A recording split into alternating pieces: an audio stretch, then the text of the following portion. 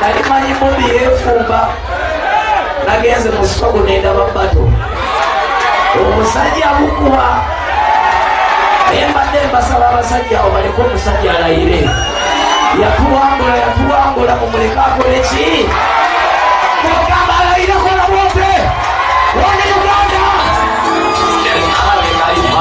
Uganda one people. Thank you so much. Okay. People power.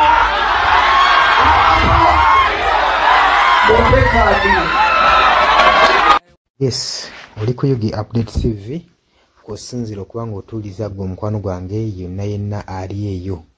Gwe nagambye agala okweyungako ku channel eno, kirira wansi waliwo ekigambo subscribe kikoneko okonene mukadde temwerabirako na mukadde kubanga akadde ako mukwano gwange kuyambako nnyo kuleetera notification message bwe wabanga aliwo information yonna gye tutaddeko. Ate buli wo subscribing obeera otufollowinze kitegeeza buli kimu kye tunaateekako ojja kubanga okifuna gwe omukwano gwange. Leka okipingwe ng'oli updated ku buli kimu ekigenda mu maaso mu ggwanga gwali eyampuliriza. Abali mu Qatar, Oman, Dubai, Saudi Arabia, abali e Dubai, abali mu US, abali mu UK, abali Canada, abali mu South Africa, nammwe abali mu Ndwani Kenya, Nalekani, Menyani, nammwe abali mu Asia, matumiddeko nnyo mwe bali kwekuumira ku Yugi Update TV, mwe mbeezezzaawo amayengo gano aga Yugi Update TV. Mikwano gyange sola beebaza kinnoomu wabula nsazeewo nkozese lino eddoboozi ery'ewamu nsobole okubeebaza mwe bali kuyimirizaawo channel eno, mwebale mwabajja naddala mwabajja mu comment section ne mukomentinga ne muteekako endowooza yammwe ne mutangaaza bannayuganda ku ki ekiteekeddwa ekituufu okukolebwa gwe okusinziira ku ndowooza yo. So munamuna abatajjangako mu comment section mbakubiriza okujja mu comment section muteekeko ebirowoozo byammwe mutangaaze eggwanga ku biki byaba bagenze mu bukyamu ne bikolebwa mu bukyamu eri bannayuganda. Dani ku Airlines e Kenya nawe nkutumiddeko ennyo naye jangu mu comment section oteese toteekako buteesi linnya lyo mujje mu comment section mwe abasharinga abalikinga nammwe abasubscribinga mwe muyimirizaawo amayengo ga channel eno.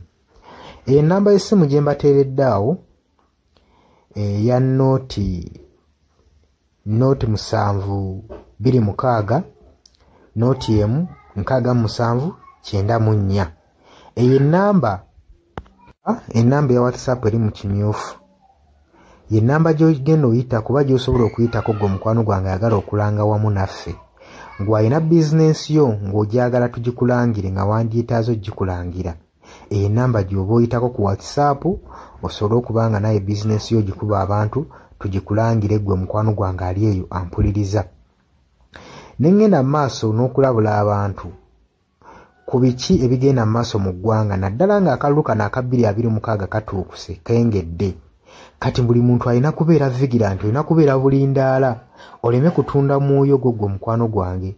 Waliwo abatunda emyoyo gyabwe olw'M1,1500 sukaali. Gwe beera ng'omanyi akaseera we kanaatuuka akakuba ballot paper, beera nga manyi omuntu ng'omanyi omuntu ogwogenda okuwa gwogenda ottiikinga gwe gwolaba asobola okukulaakulanya ekitundu kyo constituency yo, gwolaba agenda otwala eggwanga mu maaso. Bannange tusibwa nnyo akatambaala mu mutwe mu biseera nga bino. Newankubadde obwavu babubalumizza mutya, totunda mwoyo gwo ku lw'akantu katono, wabula saasira ku ggwanga lyo, osaasire ne ku zadde lyo, osaasire ne ku future weenaabeera. Lowooza ku by'emu maaso. Weewaawo abamu muyinza okulowooza ng'ebibatabakwatako nga tebikwatako, naye ensobi yonna yonna ekolebwa eiza relative sengaawo maamawo kojjaawo biyinza otutuuka ng'ekyo ekizibu gwe kyetooloddeko ate olaba ebikwatirako biyinza otutuuka esa ne byetooloola ne bifundikira nga bikkutteko gwe omukwano gwange ali eyo. So kyenva nkubiriza baganda bange mwenna bali ku Yugi Update TV ogenda maaso n'okusharinga information eno. Baganda baffe beebeereremu ate era baleme kutunda mwoyo gwa ggwanga, babeere nga batambulira ku mazima, nga bayimirira ku mazima, nga bayimirirawo ku lw'eggwanga lyaffe erijja mu maaso, ku lwa future y'abantu baffe n'eggwanga lyaffe mu maaso, kubanga buli muntu ekigenda mu maaso kati akiraba. bw'atalaba kigenda mu maaso nkakasa obeera muzibe.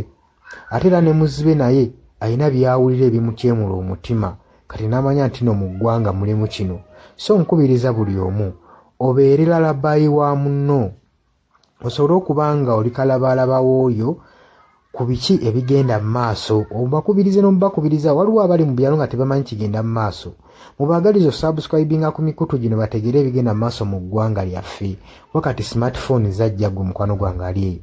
Wabula mbaagaliza olunaku olulungi, mubale kwekumira ku Yugi Updates TV. Mubatana subscribinga mugere mu maaso n'okusubscribinga. Mbaagala nnyo era mweraba.